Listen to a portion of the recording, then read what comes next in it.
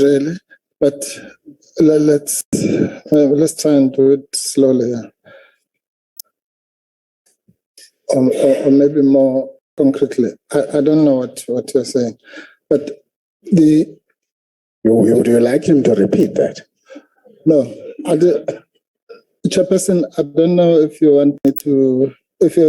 Please don't interrupt my question. No. Thank you. I'm not interrupting you, but I chair the session, and I have to facilitate the session. Okay. You have indicated that you did not know what he was saying, and I thought, if that's the case, then he needs to repeat himself.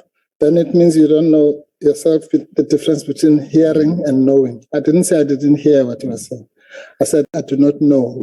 Even if he repeats it 1,000 times, I will still not know it.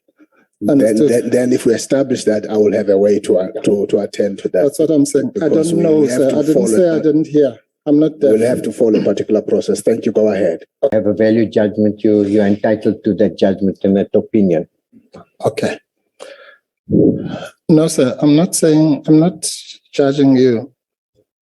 I'm saying to you, before I was interrupted, that I don't know what you mean in explaining what you are an expert of.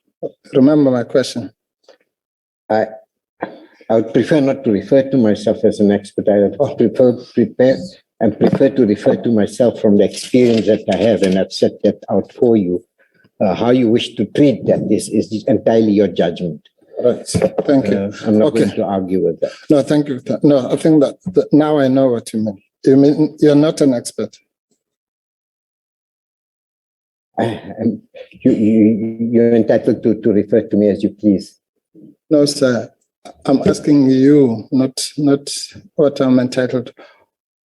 Are you an expert or not? Yes, I am. I'm an expert in constitution-making processes. I've worked at least 25 years in the processes of constitution-making in this country, as well as in many other countries, and in helping many countries draft their constitutions, both in process as well as in content. All right. Right. But you said you would prefer not to call yourself an expert. Just a preference, yes. Pardon? It's a preference, yes. Thank you. And it? Oh, yeah, no, which that case one it is? is Commissioner for SARS versus Public Protector. 2022, Volume 1, 370 Constitutional Court cases. I think paragraph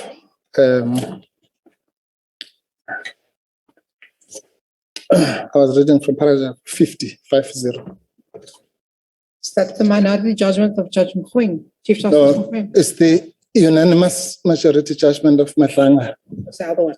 Okay. You got it.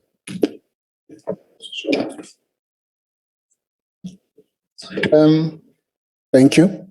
Yes. Mr. Ibrahim? I thought we were waiting for the judgment to come up. Are they drawing it up?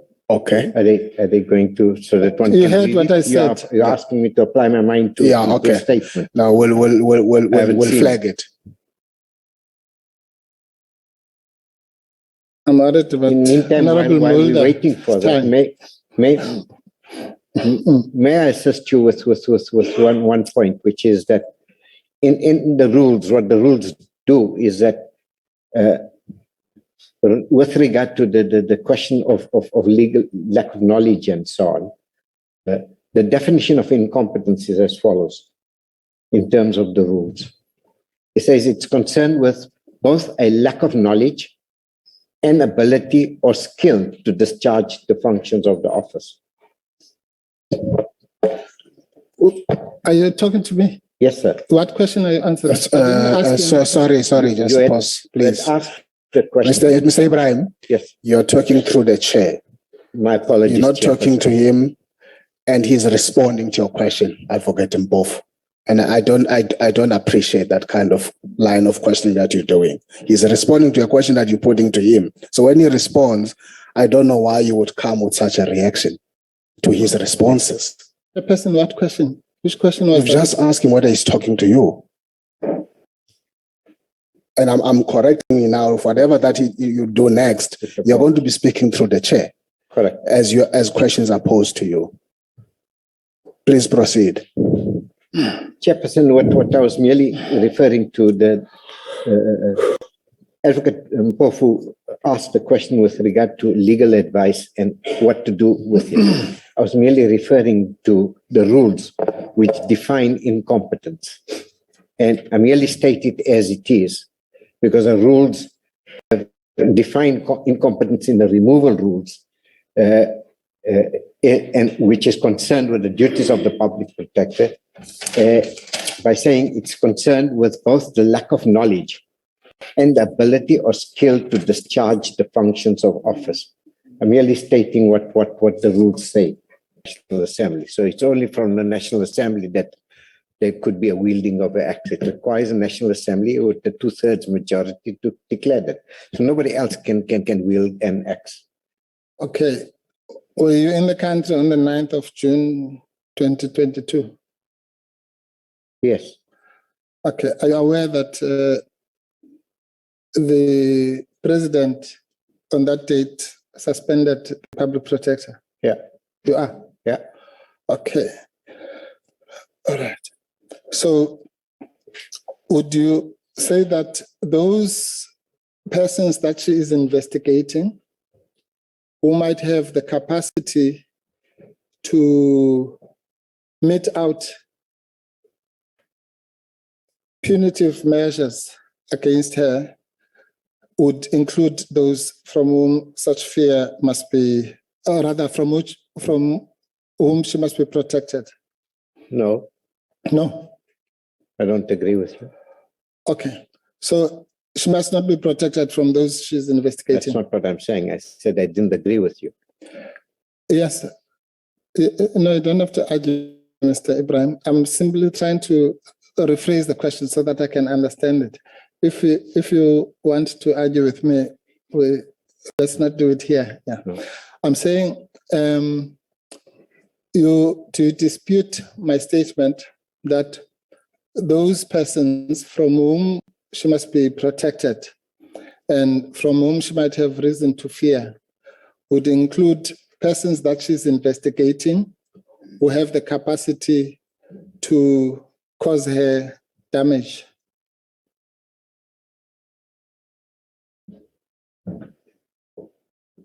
The public protector, the chairperson, the public protector is entitled to protection against anybody and everybody, and should be allowed to undertake the course of her activities and responsibilities. That does not preclude, however, any other authority taking action against the public protector, provided it is within the course of the law. There's nothing wrong with that. Okay. I don't think we're going to make the 4 o'clock deadline. You're not answering my question. I'm asking you on the basis of the known facts, right? Firstly, I agree with you that the public protector is accountable to the National Assembly. Yes. But here we have a unique, very unique constitutional situation. You have said correctly again earlier on that the public protector is answerable exclusively to the National Assembly. Is that correct? That's correct, yes. Yes. You have also said that ordinarily there should be no encroachment of the executive into that domain. Agreed? Correct. Yes. But you see, this is the issue here. I don't think it's appreciated. One of the members said this thing is simple yesterday, but that's the furthest thing from being simple.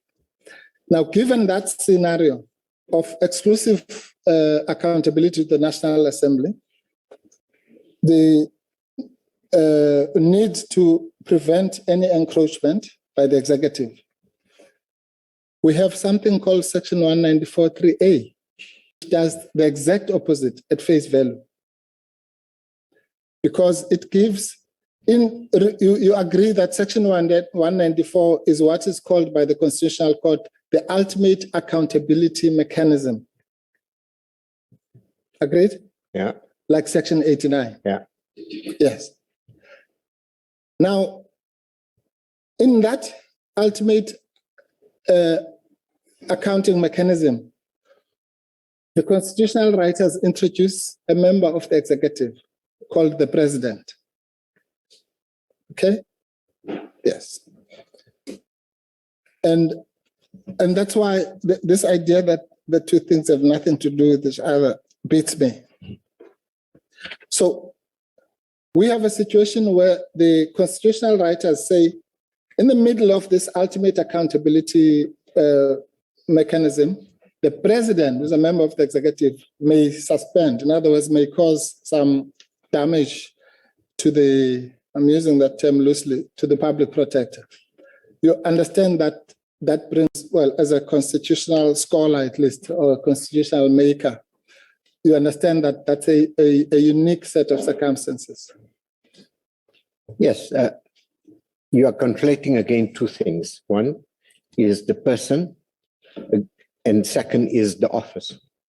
If there was an inquiry by the public protector against anybody, that inquiry does not die. It's only because there's been a suspension or whatever. The work carries on. So it carries on how? The public protector exists, functions, and the public protector is entitled to proceed with whatever activities it is proceeding with. Yes, but We're separating the person. Oh, I'm sorry, but there's one public protector in South Africa. Yes. And that person is Advocate Mkhwebane. Do you agree? Yes. Do you agree? Once action that any action against the president or whoever it is does not die because of the suspension. You cannot equate the two because the office still is open. The office still exists. So the functioning of the public protector is continuing. So if there were legal matters, investigations that were being undertaken by the public protector, it's got nothing to do with the suspension. We are conflating the two inappropriately.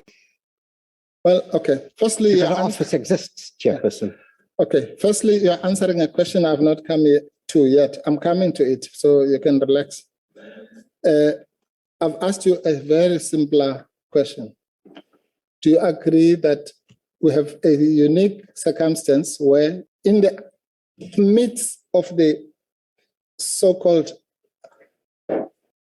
ultimate accountability mechanism, in the face of the fact that the Constitution says the public protector accounts to the National Assembly, but the Constitution has introduced a member of the executive in that process to do a suspension.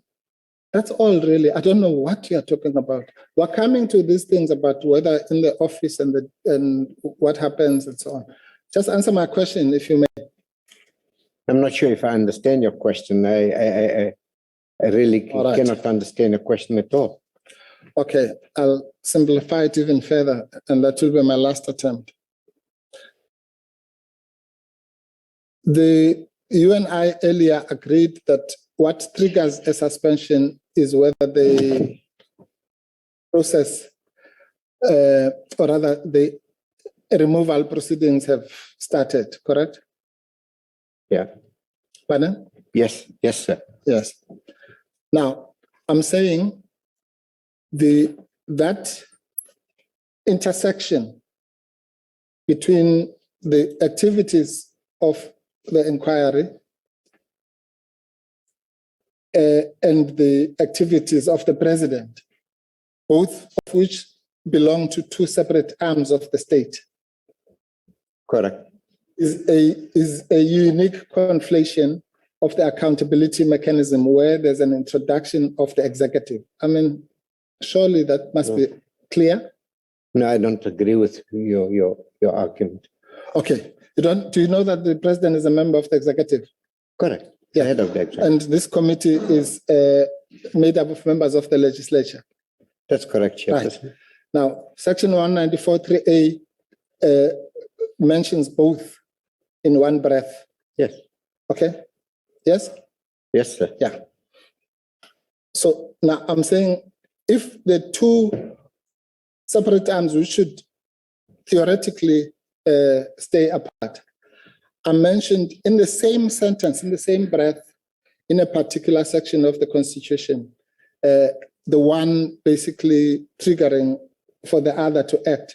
You don't think that that is a unique situation under the topic of separation of powers? No.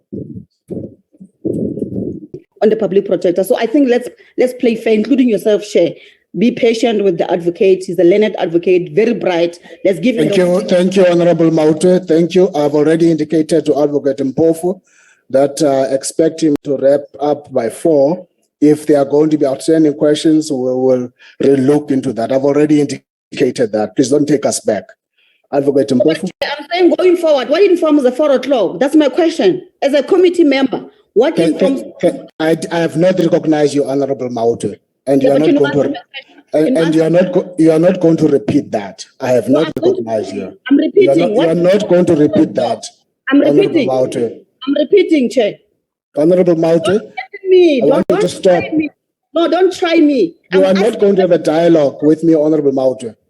Answer my question. What informs the 4 o'clock? Honorable Maute, you're not going to have a dialogue, and I'm not going to continue doing this. Honorable Mananiso. Dialogue. Answer my question.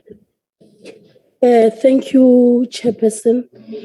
One wants to indicate that there's a program before us. And whatever that is happening today, it happened yesterday, where we were confining ourselves between 10 o'clock to 5 o'clock. So Honorable Mante must not be opportunistic.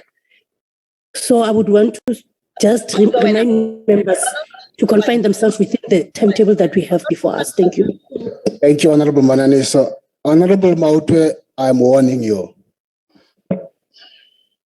Thank you. Honorable Suela. Chairperson, Honorable Suela. Chairperson, I'm covered by the latter speaker that let us stick to our program. I believe we have agreed with Advocate Mpofu, and he has also agreed that we really want him to do his work, but